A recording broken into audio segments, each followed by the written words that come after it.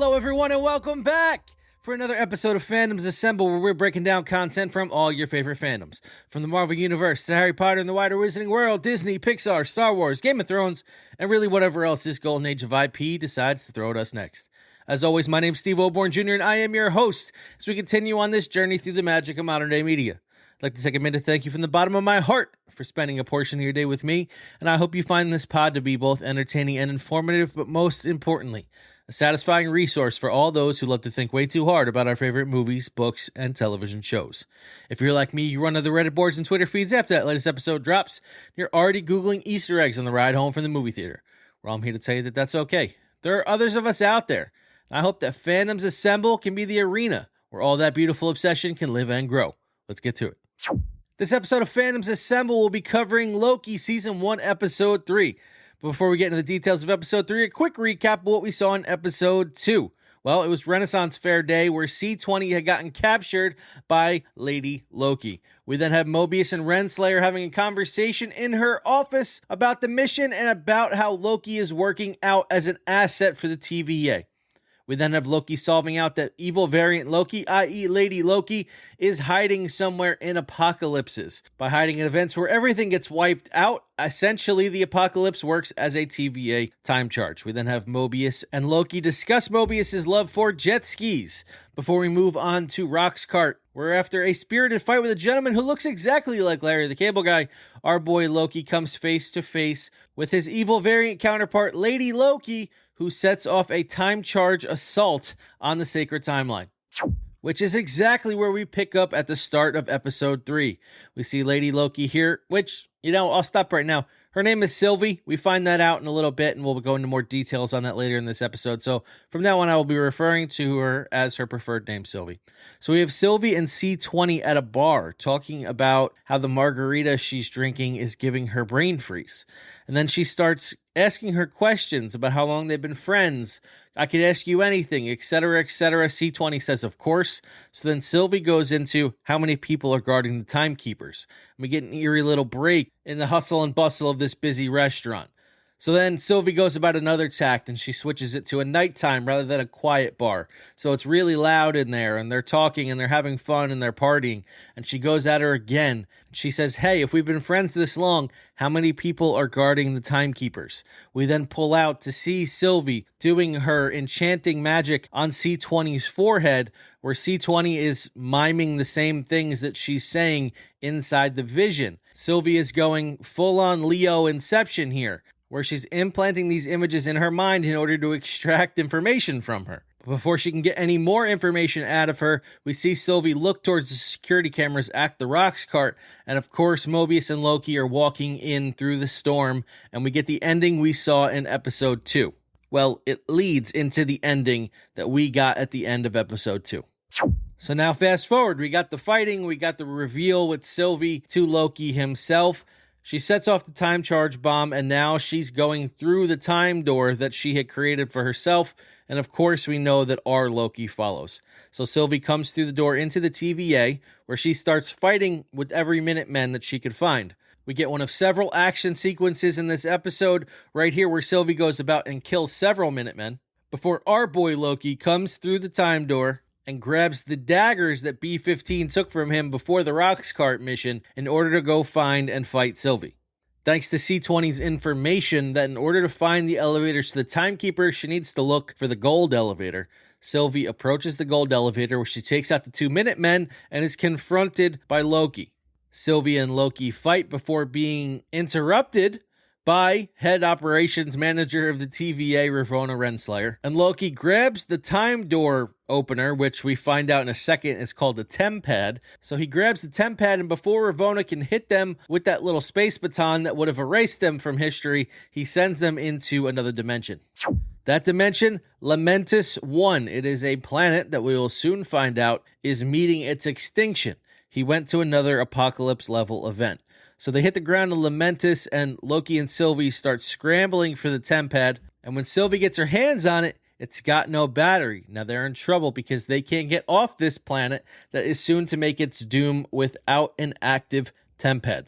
She attacks Loki, and we're treated to one of our first instances of our boy Loki's magic. We know that he is one of the more famous magicians in the MCU, and it will not be the last instance of magic we see from him in this episode.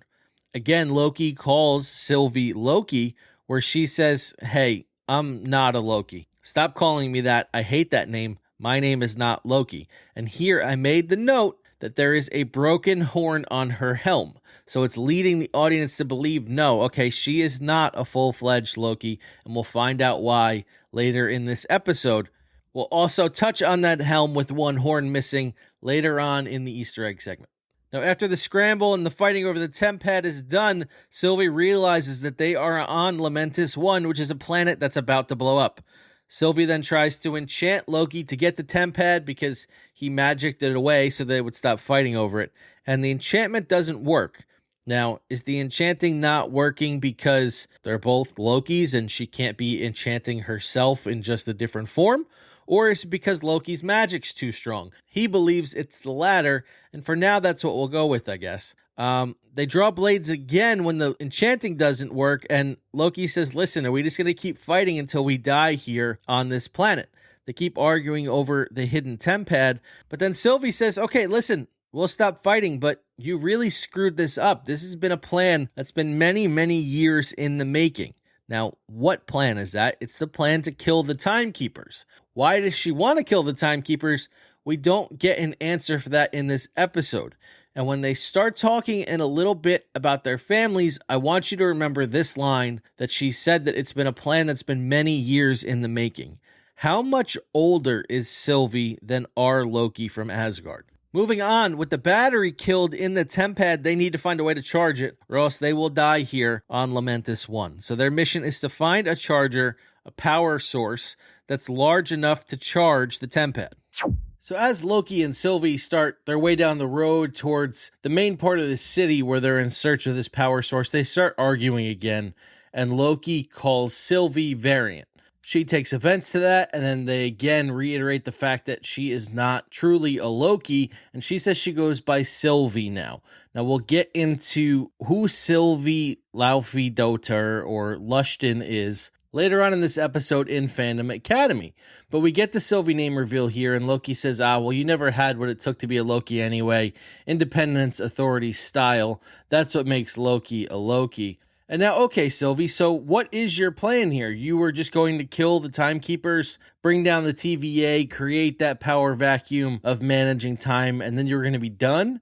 And she kind of just waves her hands and keeps walking as if, yes, that is what my intention is all along, but there's obviously big red flags there, major question marks, that a storyline in the MCU would be so black and white straightforward. And then they finally roll up on what looks like a very abandoned part of this town, of this colony on Lamentis 1. And there's a neon sign in the window, and Loki, seeing the electricity, says, oh, great, is this enough to charge the temp pad? And Sylvie tries to swindle the hidden temp pad from him by saying, oh yeah, give it to me and let me try and plug it in. When he doesn't give it to her, she says, listen, you idiot, no, this thing needs major, major power, not a little electrical outlet that's charging that this neon sign is plugged into.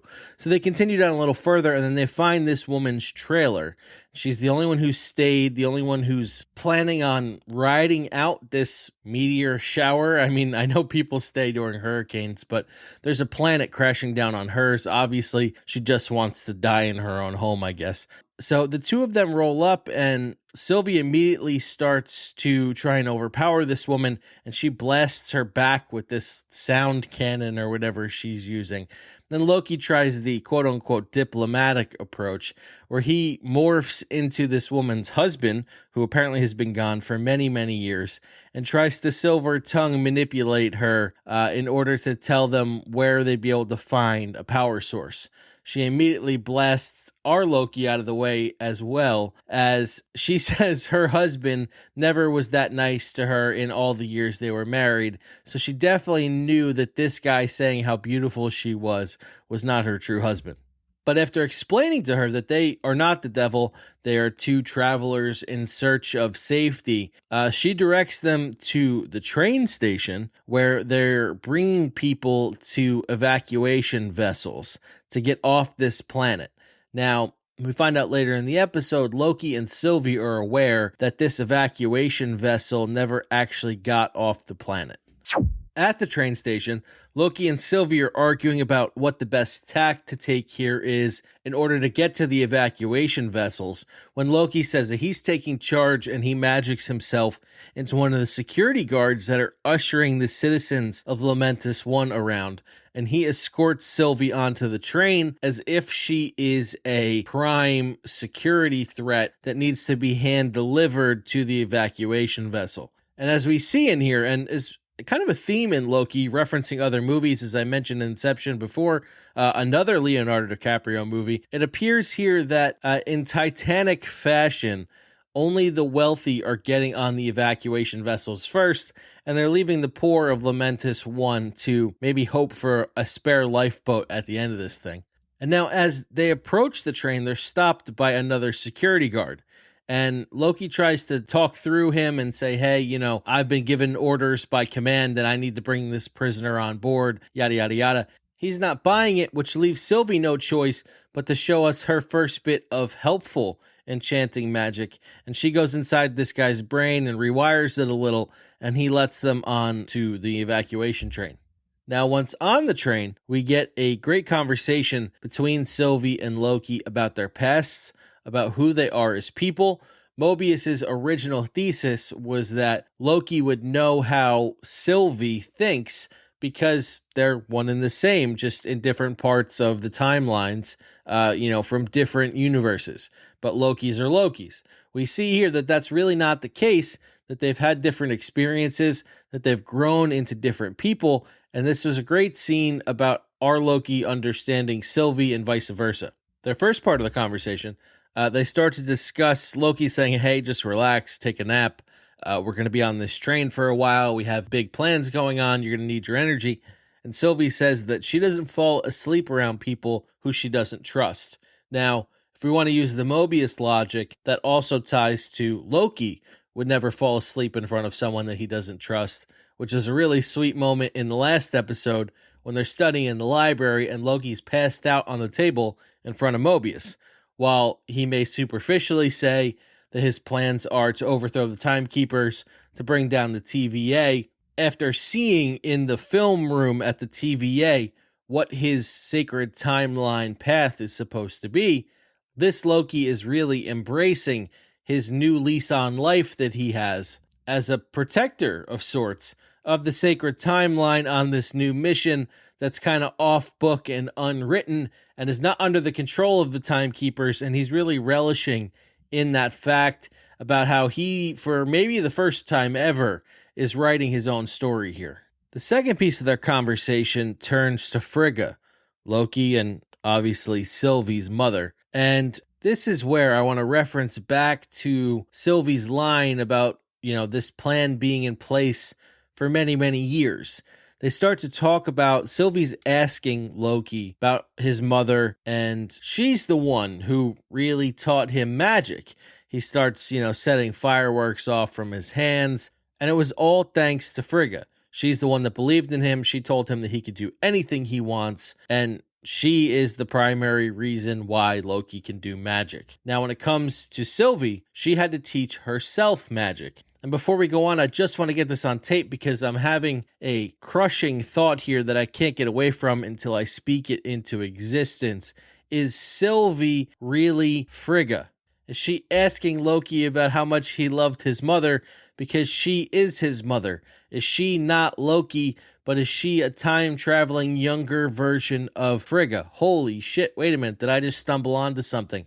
They're both blonde, they're both Asgardian, they could both do magic, they taught themselves magic. Okay, I gotta let this go for now because I don't want to waste too much time recording space here about something that I don't really think is going to happen, but could that be a way that this story goes where Sylvie's actually Frigga? Back to how old is Sylvie really? How much older is she than Loki?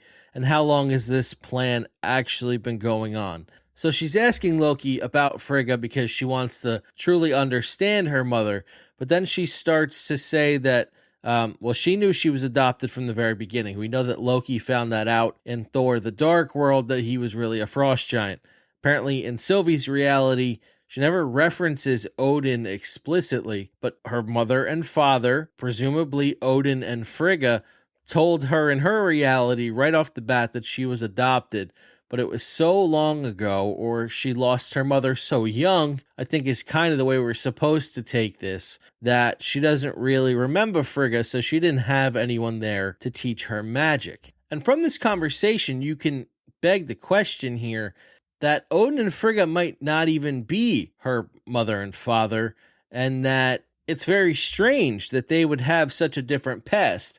They're supposed to be the same people, just from different spaces and times. So why do they have a different backstory?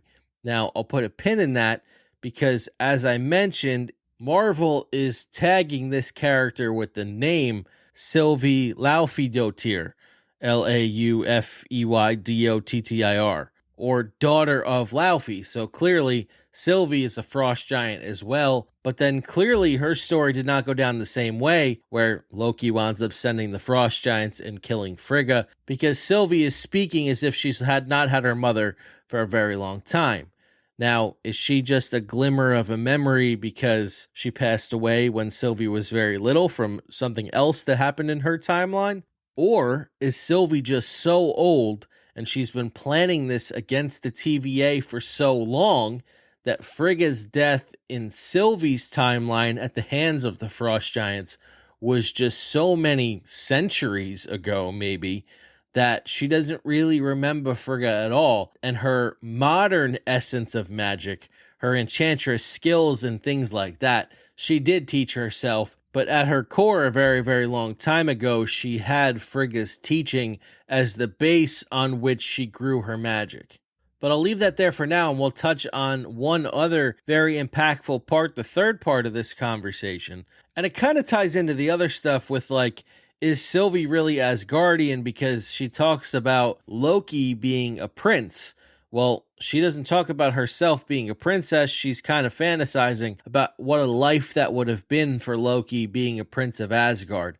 So I think there's a lot more to the Sylvie character and her backstory that I hope they uncover in the next few episodes. That being said, she talks about him being a prince, and they get on the topic of love.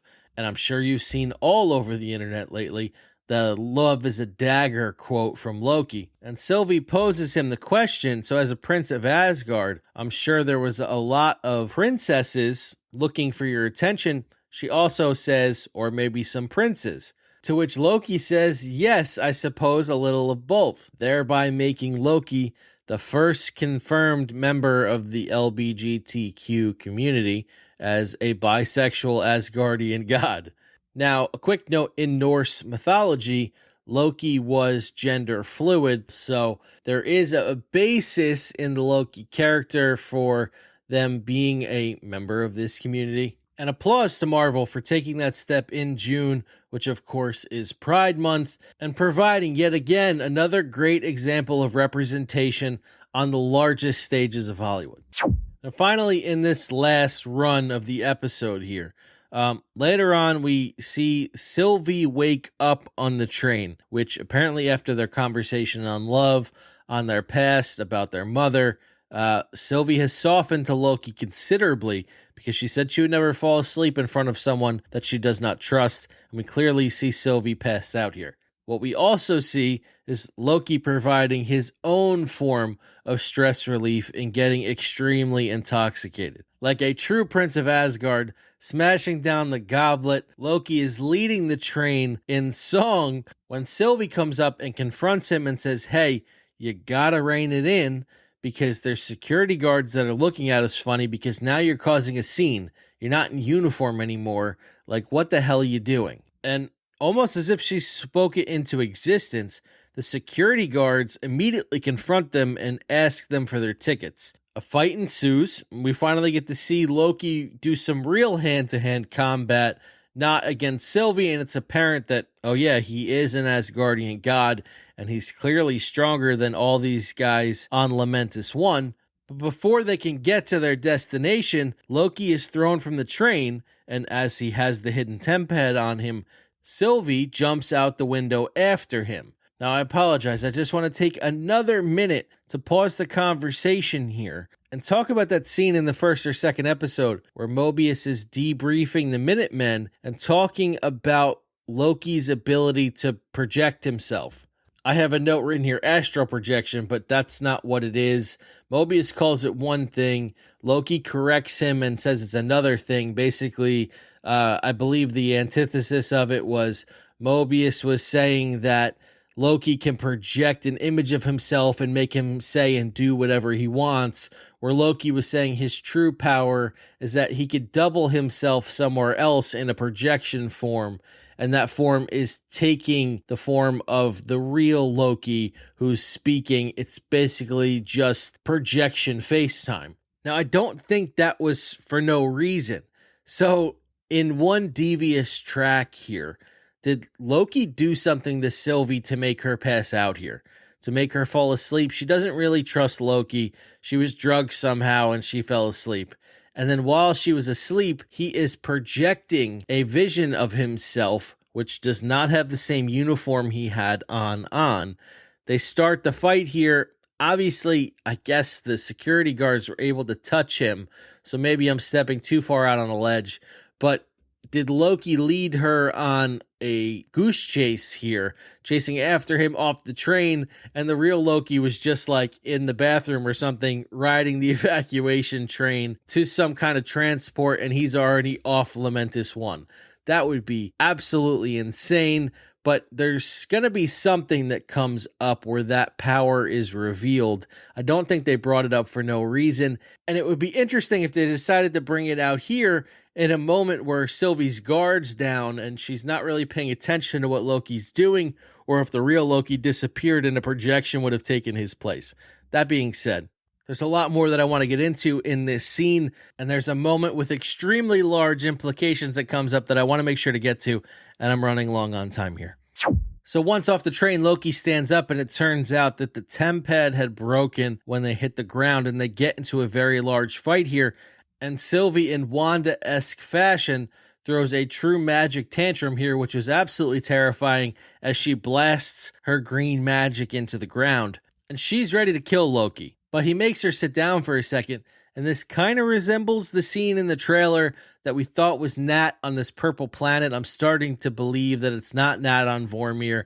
It's actually Sylvie and Loki sitting down, almost like Thor and Loki sat down with Odin before Odin passed away in Norway. They sit down and he reasons with her, and he says, listen, we could still get to the evacuation. They didn't have us before. This planet we know goes down. The evacuation ship never gets off. It gets blown up, gets knocked down by the planet, whatever. But they never had Loki and Sylvie steering that ship to get it out of orbit here, and I think that we could do it. So that is their plan moving forward. But as they're going towards the evacuation ship, they start talking, and we get the biggest reveal in the show so far. We talked about in the last episode how I truly believe that Mobius was an X variant from the 90s. Well, Sylvie drops the biggest bomb ever on us, that everyone who works at the TVA is an X variant whose minds were wiped. Loki says, wait, what are you talking about? They all think that the TimeKeepers created the TVA and everyone in it. Sylvie says that's ridiculous. They're all X variants. When she went into C20's mind, she had to find a scene like Inception from C20's past that she could manipulate to get the information out of her. Loki is shocked because he knows that everyone who works at the TVA thinks that they were created in order to serve the TVA's sacred purpose. What's really happening is the TVA has enslaved them all there and wiped their minds in order to serve the TVA's purpose. More on that in this episode's tinfoil hat time. Holy shit. But last but not least in this episode, to wrap it up, we get another action sequence of Loki and Sylvie running. They're fighting security guards, and they finally get to the quote-unquote Ark, which was the evacuation ship off Lamentis 1. And as they're standing there, the planet that's crashing into Lamentis 1 takes out the evacuation ship, and Loki and Sylvie are left there to stare at it. Now, here's where I have no idea how the hell they're getting off this planet. We have Sylvie and Loki with a broken TemPad. There's no way to restore it. It's not just a matter of charging it anymore. The thing is completely destroyed.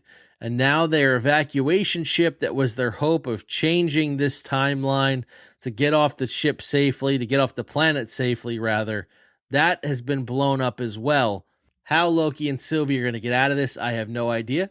But I'm very excited to find out, and I'm very excited to get into the next segments in this episode. But that'll do it for this episode recap of Loki Season 1, Episode 3. Ladies and gentlemen, as you know, Fandoms Assemble strives to be the number one resource on the internet for all those who love to think way too hard about our favorite movies, books, and television shows. But to honor that promise, we can't just give you the same old boring episode breakdown. We got to give you some things to think about. We got to give you some analysis. We got to give you some notes. We got to start cutting into this onion, breaking into the layers of this episode. So to honor that promise, here are the top 5 questions we had from Loki, Season 1, Episode 3. Question number 1, and I brought this up earlier, but is this really Loki, or at some point did he split and we've been dealing with a projection the entire time? As I said in episode 1 or 2, I can't remember which, we had the conversation where Mobius is debriefing the Minutemen, and they discuss how Loki could do this type of magic. Loki has not done this type of magic so far, but we do see him teleporting around Sylvie when they first land on Lamentis 1. So at some point on their journey, did Loki split from her? Was it before they ever went through the time door? Is Loki still chilling at the TVA and he sent a projection with her across time? When she's asleep on the train, did he put a projection in his place and that's why it's not wearing the uniform he's supposed to be wearing? Or was he just that drunk that he magicked himself back into his TVA jacket? There were many opportunities here for either Loki or maybe even Sylvie to do this kind of projection magic and to leave the other one high and dry now that the Ark, the evacuation ship, was blown up. Did one of them live on? Did one of them already escape Lamentis 1? And it's going to be up for the solo character that's left there to figure out how the hell to get off this planet. Question number 2. Was there a time charge sent to Lamentis 1? So while they're fighting in the hallway before Renslayer is able to hit them with the reset baton, Loki hits the TemPad and they fly into Lamentis 1. Now that makes sense if you don't think about it, because Sylvie was always hiding in Apocalypse level events, so it makes sense that they wound up at an Apocalypse level event like the Storm at Roxcart. But why was that programmed into the TemPad to begin with? Was there a time charge that was already sent in Sylvie's onslaught of the sacred timeline that they could then use reverse engineer to possibly escape Lamentis 1? There's a reason why Lamentis 1 came up on the TemPad in the first place, is it because Sylvie had already pre-programmed it to send a time charge through there. Number 3, and we're going to start getting closer to the everyone at the TVA is a variant reveal. So we get the scene where she's talking about manipulating C20's mind. And she tells Loki that she had to go back hundreds of years in order to access C20's memory for a scene that would be good enough to get her to give up information on the Timekeepers and how to find the golden elevator. Hundreds of years? How is that scene, which looked like a 2021 bar where they're having margaritas, how was that hundreds of years ago? Was I wrong? And Sylvie's not from the way past hundreds of years, but is she hundreds of years in the future? I mean, when we jumped to Roxcart in 2050, as the audience, we were like, oh, wow, that's, 29 years away. They made a pretty big leap here into the future where they found the kablooey gum, et cetera, et cetera. But when Sylvie then says that she had to go back hundreds of years to access a usable memory, are we somehow thrown into the far, far future? Does the TVA in its capacity of rewriting the past as the Timekeepers are writing the future, or at least that's the narrative that the Minutemen at the TVA believe. Are the Timekeepers and the TVA sitting at the end of time, or at the cusp of what has yet to be written as the TVA marches forward in time? So jumping back to deal with C20's past as a girl just going out to a bar in the modern age, call it 2025 because that's where the MCU is at post-blip. That may have just been a slip, but I don't think it likely. What is Sylvie's relationship to the sacred timeline that she thinks current day is hundreds of years in the past? Question number 4. Who is really running the TVA? Now, I would love to get into it here, but this fits way better into tinfoil hat time. So I am just going to leave this as a question unanswered, unpontificated on. Who is really running the TVA? And question number 5 in our Fandom Academy for this episode. Who is Sylvie Lushton? Who is Sylvie Lushton? And last but not least, who is the Enchantress?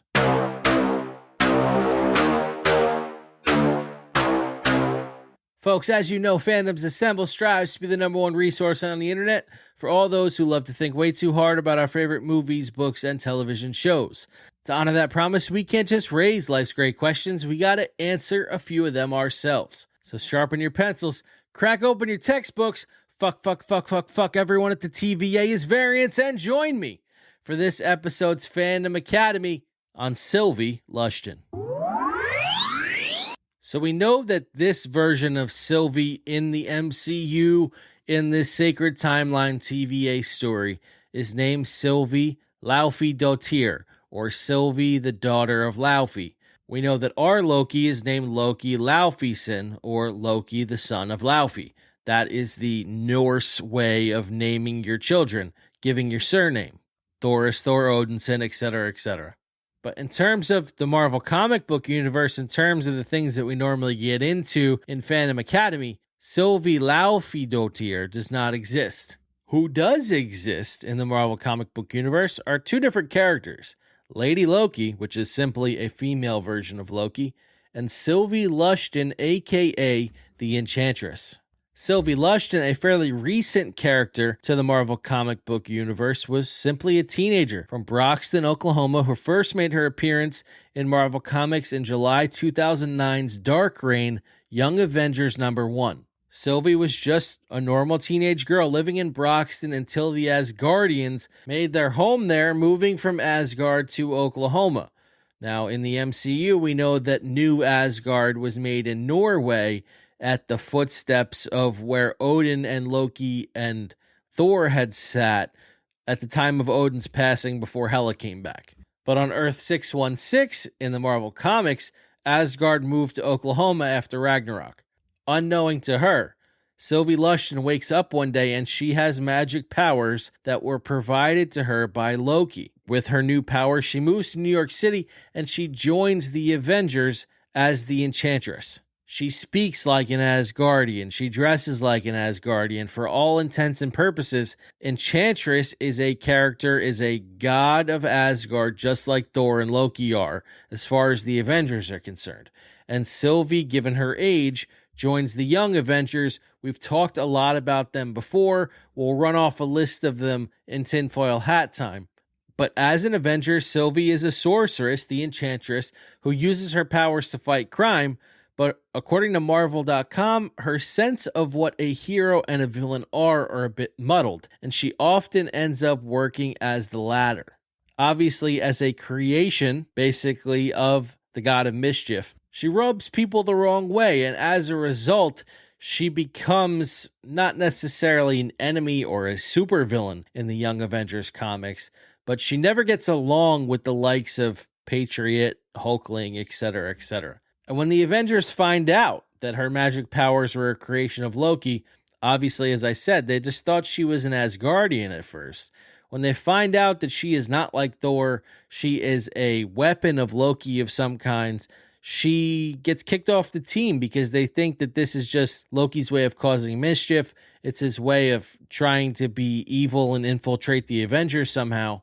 And there's a basis for that as well. Sylvie's role, her moniker as the Enchantress, is modeled after a former Enchantress, Amora, who has a background in the Marvel Universe, first appeared in Journey into Mystery 103 from April 1964, where she was an Enchantress who tried to take Thor away from Jane Foster. Very 1964 storyline. But that was the Enchantress V1. This is the Enchantress V2, Sylvie, who then comes around almost 50 years later in July of 2009 and joins the Young Avengers. In terms of her powers, other than the enchanting mind control, what might we see from Sylvie moving forward in the Marvel Cinematic Universe in this Loki show? She's got some of the defining characteristics of the Asgardians.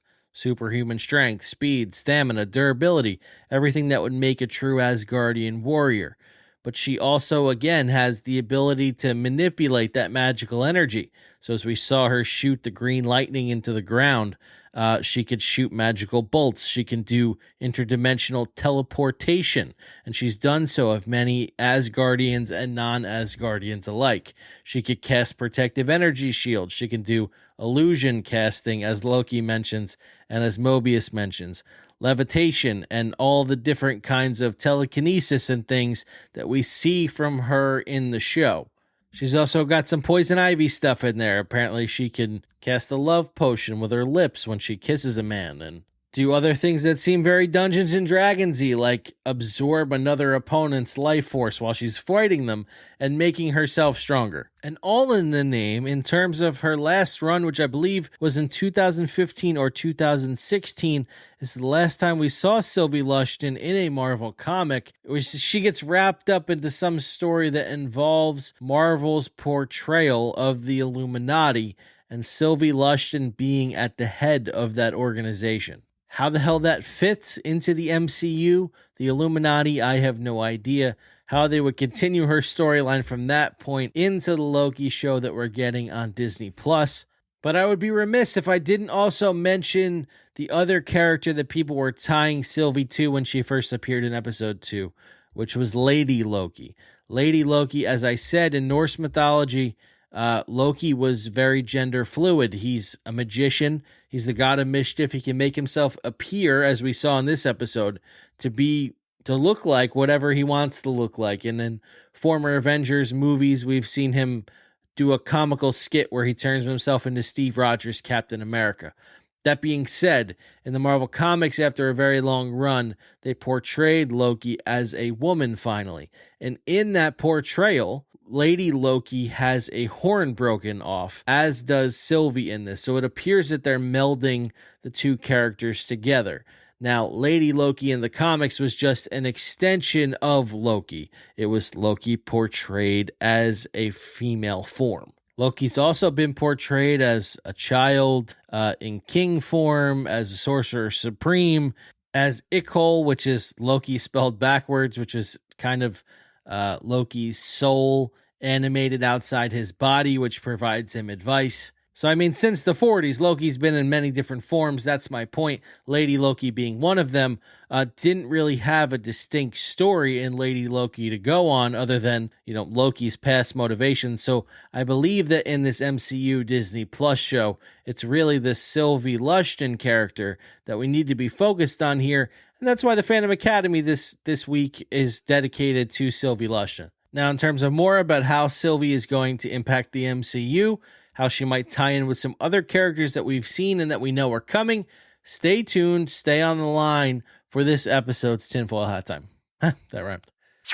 But now that will do it for this episode's Fandom Academy. I hope you found that segment to be both entertaining and informative, while also providing you a greater background on who is going to be a very major character going in this show in Loki, in Disney Plus's Loki, as well as the MCU in Phase 4 as a whole. And I hope that gets you more excited for what we're going to see out of this character and her magic powers that I touched on in the Fandom Academy lesson moving forward. But for now, here are some rapid-fire Easter eggs that you might have missed. Number 1, as I mentioned in the Fandom Academy, the horn of Lady Loki, Sylvie in the comics is broken. This was the first key for me that Sylvie was not just going to be a carbon copy of Loki in the female form in this. Clearly, the fact that there was damage to the helm shows you that she is not the Loki that our Loki is, that there was going to be some alteration there, some lessening, some break from the traditional character. Easter egg number 2, the fact that they're on Lamentis 1, which in the comics is a part of the Kree Empire, brings us back to the Captain Marvel storyline, brings us back to the animation that we saw in the first episode, which is breaking down the TVA, where we saw the Kree and the Nova Corps war that the TVA was involved in. Are we going to get more, hey, what happened on Lamentis before this happened? Going forward in the MCU, we're going to need to be brought back to the Kree and to the outer space aspects of Phase 4, as most of this, I believe, is going to happen outside the barriers of Earth. Number 3, keen-eyed fans of both Indiana Jones and the MCU might have drawn the correlations here.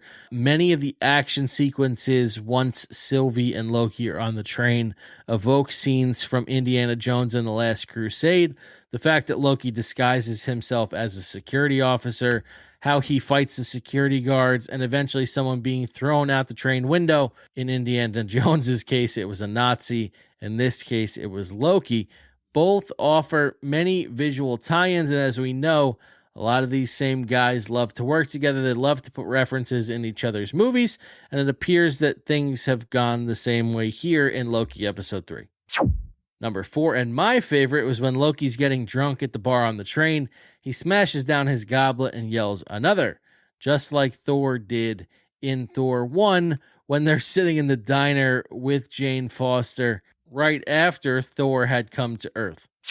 Number 5, and I don't know if this was intentional, but I drew many references to Leonardo DiCaprio in this episode, whether it be Inception, whether it be Titanic. If I were to put on my tinfoil hat a little early, I may tell you that this might be a tell that Leonardo DiCaprio is coming to the MCU, but without sources to confirm that, I will move on to Easter egg number 6. Number 6, many references to Loki in Thor Ragnarok, whether it be the way he flips his daggers, which was a very cool scene that was in the Thor Ragnarok trailers. When Loki gets thrown from the train, the way he lands and reacts is the same way that he reacts when Doctor Strange is teleporting him and making him fall all those times while he's speaking with Thor at the Sanctum in New York. We also have Sylvie, using the helm as a weapon, similar to how Loki did in Thor Ragnarok. And last but not least, a fandom crossover for all you fans of Marvel and Star Wars. While Loki and Sylvie are fighting when they first arrive on Lamentis 1 and they're discussing what it means to be a Loki, he throws a comment in there about Sylvie's lack of vision, which famously all Star Wars fans will note is the same insult that Palpatine threw out at Luke Skywalker in Return of the Jedi, where he told him that he will pay for his lack of vision at not joining the dark side. It is apparent that when it comes to somewhat evil characters like Loki and obviously evil like Emperor Palpatine, that when they think so highly of themselves and they think of themselves as a great strategist as these two characters do, that they also feel highly about their ability to plan ahead and think that they are several chess moves ahead of the other. Obviously, we saw Emperor Palpatine take his fall at the hands of Luke Skywalker and his father, Darth Vader. Spoiler alert, and I apologize to anyone who did not know that reveal in the last 50 years. But hopefully for our boy Loki, he avoids a similar fate as Palpy did in Return of the Jedi. And that'll do it for this episode's Rapid Fire Easter eggs that you might have missed.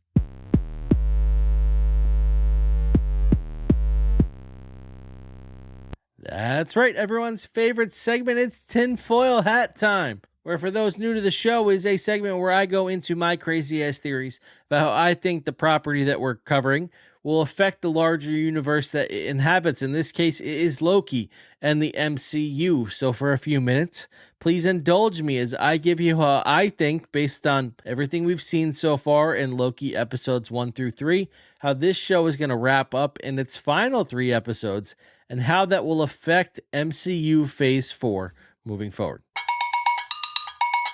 So we have seen a lot so far in episodes 1 through 3, but there are some major themes that reveal themselves to me. And for this, I'm going to start with question 4 from our top 5 questions, and who is really running the TVA? So one Easter egg I did not talk about because I wanted to leave it for here is when Loki and Sylvie are fighting in front of the golden elevators.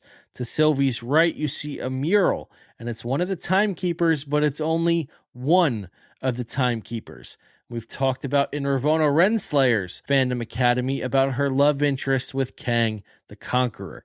Kang the Conqueror being a villain that we know is coming to the MCU in Phase 4 in Ant-Man Quantumania. That Timekeeper on the wall in the mural behind behind Sylvie looks exactly like the comic portrayals of Kang the Conqueror, which leaves me into this theory. We touched on at the end of the Renslayer Fandom Academy, there was a storyline in which Ravonna gets killed and Kang the Conqueror splits himself in two to track down an alternate timeline where he could sacrifice himself as opposed to her.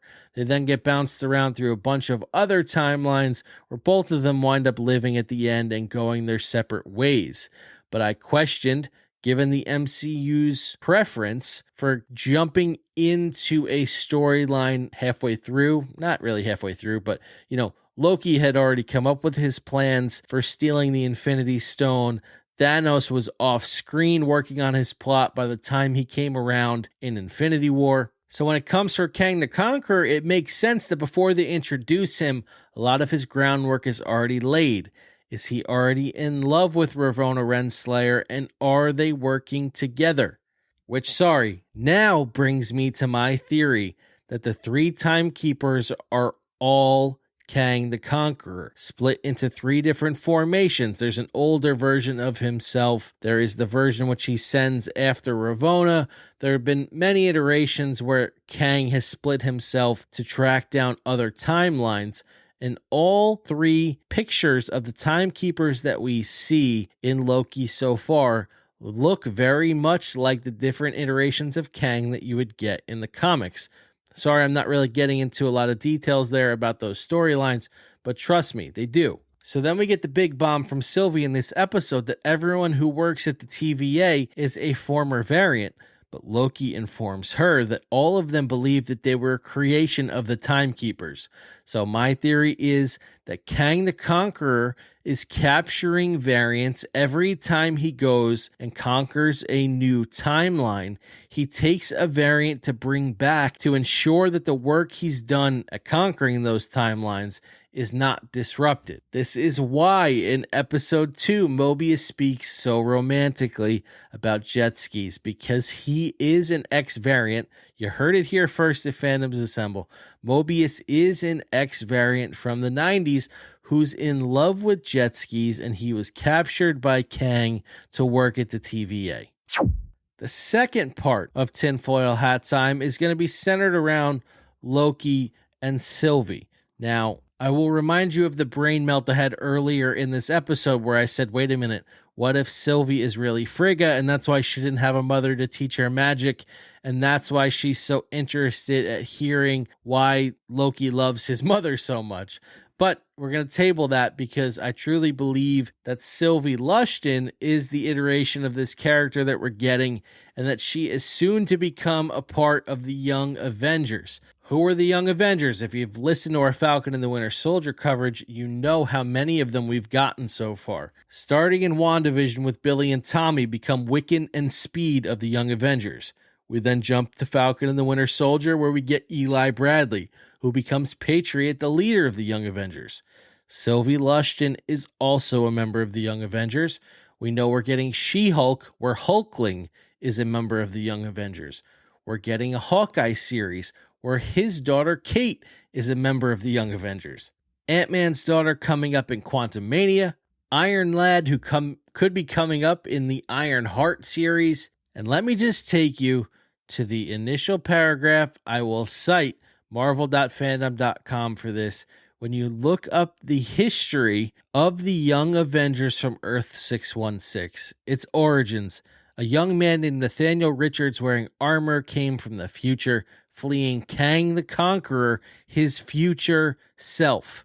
He arrives at Avengers Mansion, but it was abandoned in light of the Scarlet Witch's mental breakdown and subsequent damage caused. He heads to Stark Industries, where he was able to access the AI version of Vision and uploaded it into the armor. AI Vision then explains that he contains the Avengers Failsafe program, which then leads Nathaniel Richards to team up with Eli Bradley, Billy Kaplan, and Teddy Altman to create the Young Avengers. Holy shit, I think we just found out where Phase 4, potentially Phase 5, is going. So to bring that around to what that means for Loki and Sylvie in this series, I firmly believe that somehow Sylvie will be brought outside back into the sacred timeline after the fall of Kang the Conqueror in the TVA. After she succeeds, she will eventually join the Young Avengers as we get into those storylines in Phase 4. What that means for our Loki, I really don't know. I thought that maybe he would continue as an employee of the TVA, but it is apparent that that is not going to be an option. The TVA must fall in order for this story, really, to be a success. So sadly, I think that Marvel tugs at the heartstrings here, and that we will not make it out with both versions of Loki. We will make it out with Sylvie, but Tom Hiddleston's Loki will end at the end of this series. So that sets us up for a lot of high-stakes battles. How the hell Sylvie and Loki are going to get out of here, I think that's going to be related to why the TemPad was set for Lamentis 1 in the first place. I believe that there's a time charge there that has not gone off yet.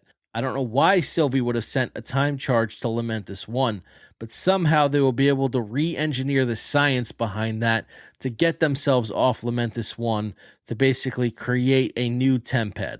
And then once they're off the planet, they fight Kang the Conqueror, they bring down Ravonna Renslayer, they return the variants to all their timelines, and because there's no TVA and no Kang to keep the multiverse from being created, we lead directly into Doctor Strange and the Multiverse of Madness, where we now have Wanda, the Enchantress, and Agatha Harkness as the three powerful witches here to help battle Kang in the Multiverse of Madness.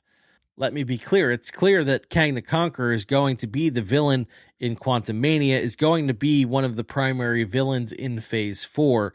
So maybe the TVA does not fall, or maybe Kang does not fall specifically in this show. He certainly won't, because he needs to continue on to the other movies in Phase 4. But that being said, I think his reign over the TVA as an organization will fall, and Kang will flee in some capacity as Enchantress and Loki, and maybe even Doctor Strange and Wanda come in at the end of this show to force him out and return the variants to their timelines. We might get Owen Wilson on a jet ski by the end of this show. It would not surprise me in the least. And with that visual, I will bring this episode to a close because, frankly, my brain hurts. And that'll do it for our coverage of Loki Season 1, Episode 3. I think this may have been the most fun I've had at pontificating at where a show is going to go from here. And I wish that it happened before 1:30 a.m. on Tuesday, before the episode drops tomorrow around the same time. But that being said, this was a great episode with a lot of big reveals, and there is a lot of comic book canon to dig into here to bolster our theories for how we expand the breadcrumbs that they drop throughout these episodes. And to be someone who's tasked with covering this show, it's been a lot of fun to cover so far, and I can't wait to see where it goes from here. That being said, if you've enjoyed the pod so far, please go subscribe, rate, and review on whatever your preferred podcast channel is. For the rating and reviewing, please go do it on Apple Podcasts as well. Give us that 5-star rating.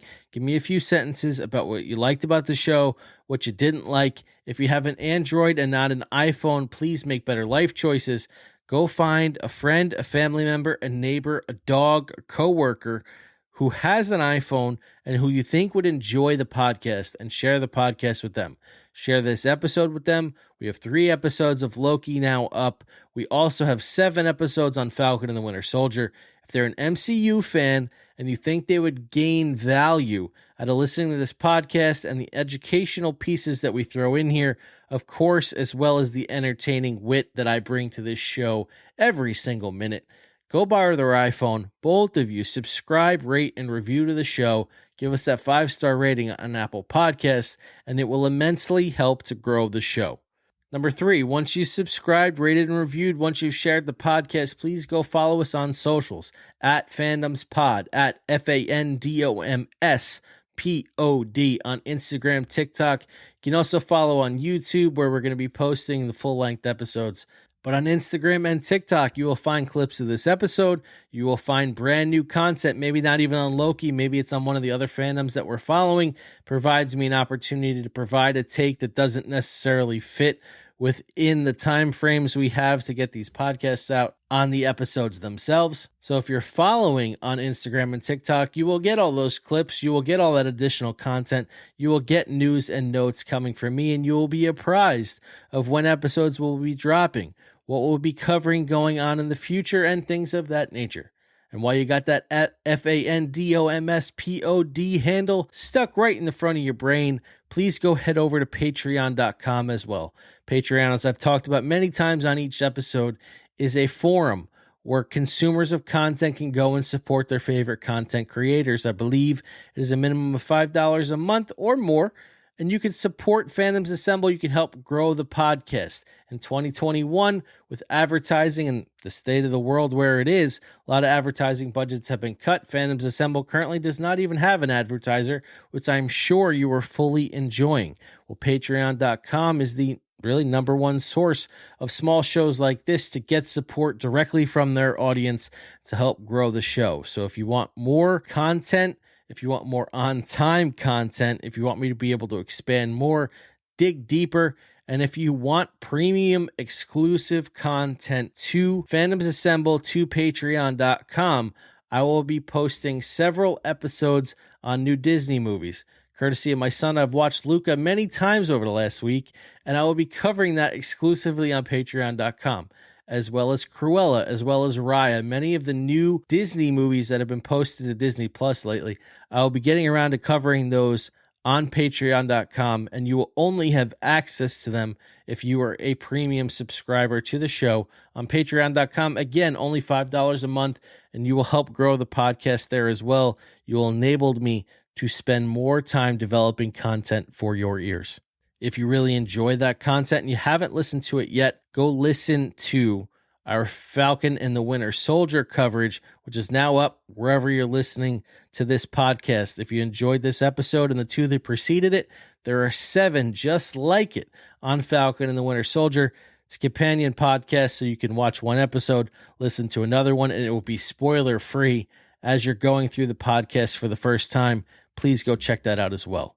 Most importantly, folks, come back next time, which I promise will be closer to the Wednesday episode, which airs tomorrow, where I will be covering Loki Season 1, Episode 4. It's going to be a great episode. I'm sure it will feed into this extensive tinfoil hat time from this episode even further. And the most important thing you can do to help grow this show is to listen to it. And go hit that download button. I can't know you're listening unless you hit that download button.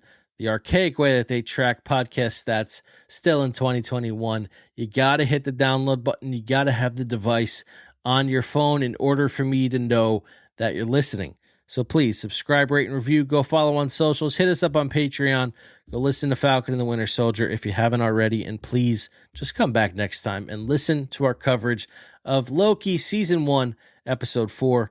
Folks, my name is Steve Oborn Jr., host of the Fandoms Assemble podcast. the self-proclaimed #1 podcast in the world for all those who love to think way too hard about our favorite movies, books, and television shows, coming at you with Marvel content, Harry Potter, Disney, Pixar, Star Wars, Game of Thrones, you know the words. To everyone on the other side of my voice, thank you very much. I hope you have a great day, and thank you for listening. Until next time.